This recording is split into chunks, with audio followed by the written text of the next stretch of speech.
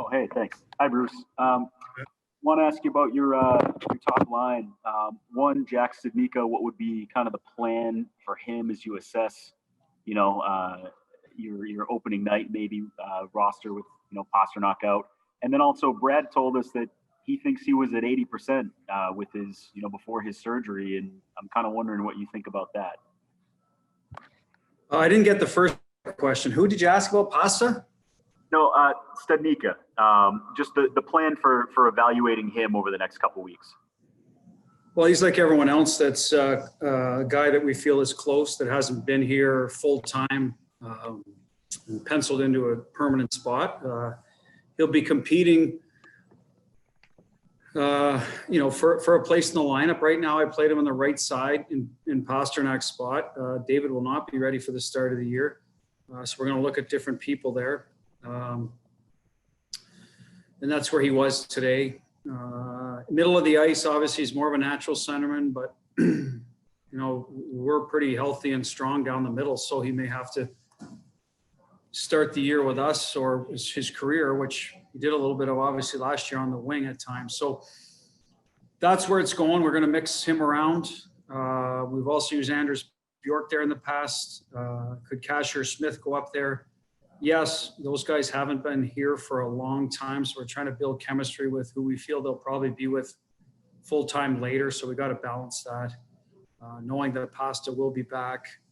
He'll miss a start, but I don't think he's going to miss a lot of time. So that's kind of what we're going to do through camp for that spot. As for Marshy, he looked good, felt good. And I'm told he has a chance to be ready opening night. So we'll see how that progresses. Obviously, the next 8-9 days will dictate that. But if he's 80% and that's where he's supposed to be, or under that, that's great. If he's supposed to be at 90, then that's a problem. But I thought he looked good.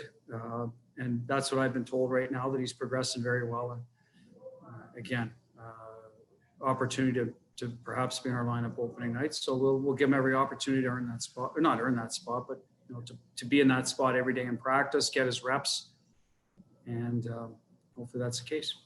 Just to be clear, he said that he was 80% before his surgery, like he was playing the last few years. Oh, 80%. Sorry. Well, then he's going to be a 20% better player, hopefully, for us, if that's the case. I thought he was pretty good for us at 80%. And if this gets him quicker recovery or a longer stride or whatever the issue was that where he lost the 20%, then that's obviously the added benefit for him. And I think 80% all year playoffs, I don't know the answer to that, and how all the details you had with him in your conversation, but I know that some guys in the playoffs were not 100%. He was one of them, and there's reasons why they had surgery. So hopefully he does get a lot closer to 100%, because every player is obviously more effective when they're full go. Thanks, Bruce. We'll go next to Emily Benjamin. Hey, Bruce, I just wanted to ask about Charlie McAvoy. I mean, you guys have had some pretty big departures on your blue line this year. What do you need from him, both in terms of leading your defense and also, on the ice, and also what you might need for him in leading a group that might be a little bit younger this year? Well, on the ice, we need him to continue to grow as a player. He's done a fantastic job from year to year, taking on more responsibility. That won't change, obviously. He has to take care of his own game. I mean, he's a young guy that still has a long way to go in this league to reach his ceiling. And, we just feel that, and when I say that, it's not being disrespectful. It's just, he's a young guy that has so much more years to figure out this league and what he can get away with on a nightly basis, what he can't know in the opposition. I mean, it's just, time is the best teacher. So he has that in front of him. So we just need him to play good, solid hockey every night. And if he can pull his partner along some nights, if it's a younger guy, then that would be great. But that's a big ask. We did that a couple of years ago, Emily, with Miller, when we partnered with Grizz and with, Z, obviously, with Carlo and McAvoy both. Those guys had been around a little longer, a little bit older. So that's a big ask, I think, right now for Charlie to go and mentor, let's say it's Lozon. Just play and play well so that, your partner can just sort of take care of his own business. And maybe there's a few more nights where he can pull him along, like I said. But in general, you know, do what you do best, play well. He's going to play in all situations. And the vocal part on the bench, yes, he can be a little more vocal now that, you know, some of the guys that were older than him are gone. And that part of it, yeah, you know, keep the bench up, keep your partner engaged in the game. So, you know, that's a bit of an ask out of him and Grizz and Carlo now that some other guys are gone and they've become a little bit more of the middle group now, so to speak, of experienced guys. So that will be the ask more than anything in terms of not being on the ice production. And then in practice, to make sure that your partner understands that the value of practice, you don't get a lot of it during the year, so make sure you use it wisely. So those are a couple areas where those guys can all lead, where maybe we didn't ask of them before. They can be asked of that now. Thanks, Bruce. Go next to Kevin Dupont.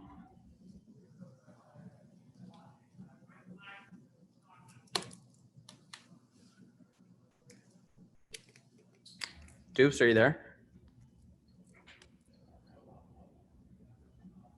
Okay, let's go to Joe Haggerty instead. Hey, Butchie, Happy New Year. Yep, thanks, Alex. Just curious what your message is this first day of camp on the ice with an abbreviated camp, a compacted season. There's going to be some, you know, unusual challenges laying ahead, just like there were in the bubble playoffs last year. And just, you know, doing that with your longtime captain now gone, what was kind of the message to everybody going in? Well, unfortunately, we did not, because of restrictions, you know, mandated by the league in the state of Massachusetts. It's, you know, the large gatherings we typically do, a welcome meeting, et cetera, some video with everybody. You know, we lost that opportunity to sort of address the group as a whole. So we have to do it and be prepared to do it. You know, just like our meetings going forward in smaller groups and, you know, maybe 10 or less, or in lines or D pairs. So the message today was, you know, it's back to work. We don't have a lot of time. So let's get back to work, get our work done. We're not changing a lot of things. You know, we've adjusted a couple of things on our breakout from how we play in the neutral zone. We're going to play a little more that way, how we finished last year and how we'll break pucks off of that. So that was the focus of the meeting, but it was more about, like, let's get back to work.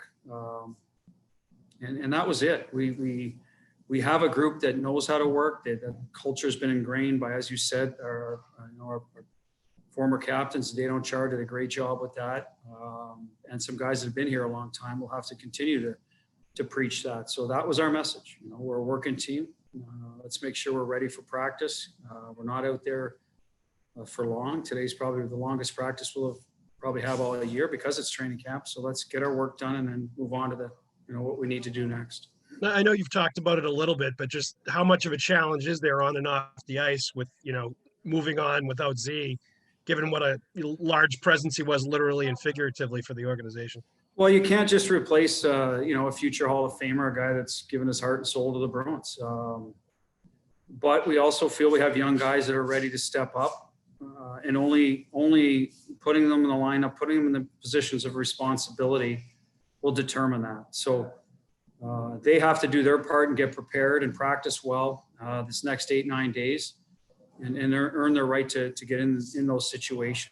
So, that's the challenge for them. And we have discussed it with them. We're not asking them to replace players that left. We're asking them to play to the best of their ability every night and grow as players and be a better player as the year goes on.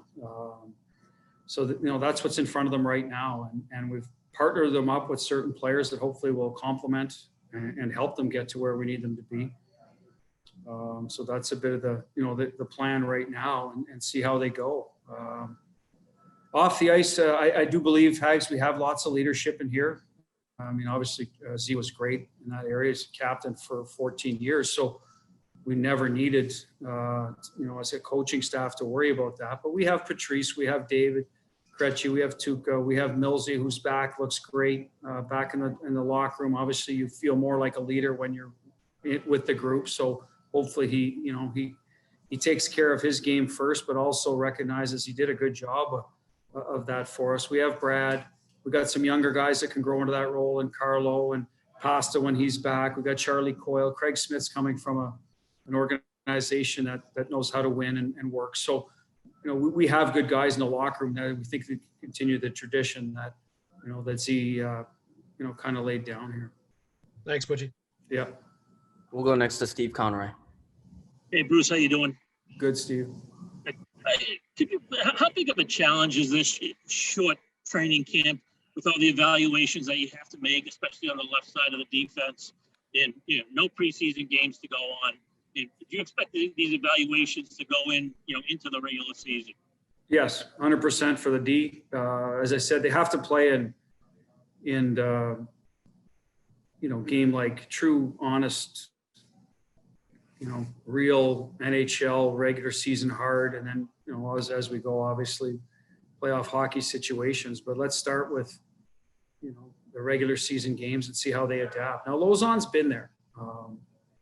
Every time we've called him up in the past, he's come in and responded. I think the first time was when Z hurt himself in Colorado, and he went out there and he played really well for us. We were down some guys. I think Krug was out from surgery, so we relied on him early on to play big minutes against shutdown, good players in a shutdown role, and he responded well.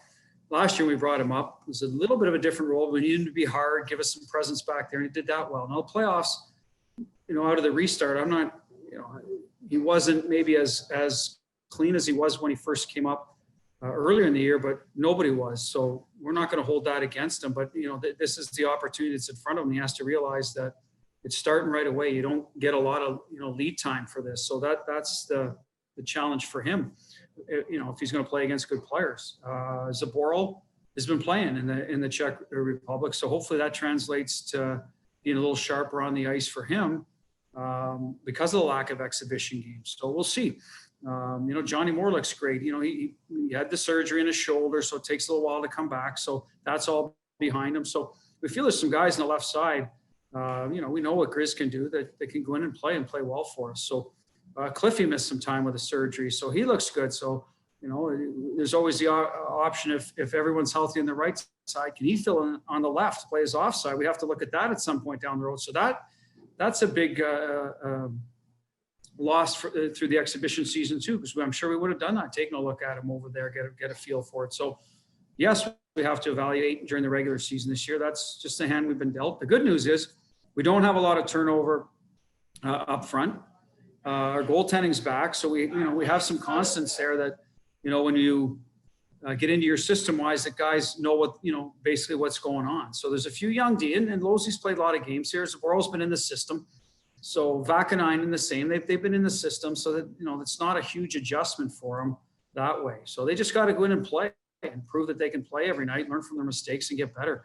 And that will be evaluated early on in the season, and hopefully it's done quickly, and these guys can adjust and play well. I mean, that's the hope. These guys have all been in Providence for a certain length of time, developing down there under a real good coaching staff. So now it's their time up here. That's what we decided, at the end of our playoff against Tampa, that we would have to go down that road. And here we are. We got time for two final questions. We'll go first to Connor Ryan and then finish up with Dan Roach. Hey, Bruce. What are you looking for a guy like Craig Smith to bring to this team out on the ice? And how do you think he can kind of complement a puck possession guy like Coyle? Well, a lot of what we saw today, he shoots the puck a ton. He shoots it well. It's on net. He's a second effort guy. He's constantly working, high motor. So that's what we'd expect he'd bring. He's done it for years in Nashville, so no different here. System probably a little bit different, but not a lot. They had, two very, very, very good coaches there that preached accountability and Trotz for years, and Peter Laviolette, and then a little bit with, John Hines last year. So he knows the value in that. And we talked about that, when we signed him, that, we expect that out of every player. So I think he'll fit in well with Coyle because Charlie likes to hang on to the puck and draw people to him. And once he kicks it out, usually there's a little bit of time and space for a shooter. So it should work out for Smitty very well. Now we may move him around eventually to see, if there's another fit, but with 8 days and then going right into the regular season, knowing Pasta's progressing well, there's a risk in doing that so that, he plays with everybody, but gets chemistry with no one. Right. So we have to first start him with Charlie, because I feel that would be a good center iceman for him and then see where it goes. Today it looked good, but we'll see every day. And hopefully they develop some chemistry as well. All right, thanks. We'll take the last question from Dan Roach. Go ahead, Dan. Hi, Bruce. I hope you're doing well. Hi, Dan. How are you? Hope you've been able to throw some at least soft toss indoors or maybe some indoor BP during these time. So No. Been in a lot of cold rinks with minor hockey. Probably every night. My daughter's playing too, so it's been great. nice. Just a thought on what you were talking about earlier with Hags about the leadership on this team now. Will you have any change at all with Patrice Bergeron and what he's done in his career as one of your leaders? And am I to assume that he's going to be the captain? I don't know what the plan is as far as you guys announcing that, but just a thought on Patrice and his role going forward. Yeah, I mean, we're going to announce a captain before the start of the season, and I'll leave it at that. I mean, I think Patrice is certainly a guy that's been in that co-captain role here, even with an A on his shirt for years. He's accepted that challenge and responsibilities, worked hand in hand with Z for a number of years here. So, if he ends up being the guy, I'm 100% confident that it's not going to change him. It's not going to change his game in terms of being worried on that. He's just a natural guy that's going to go lead by example. He's going to pick people up.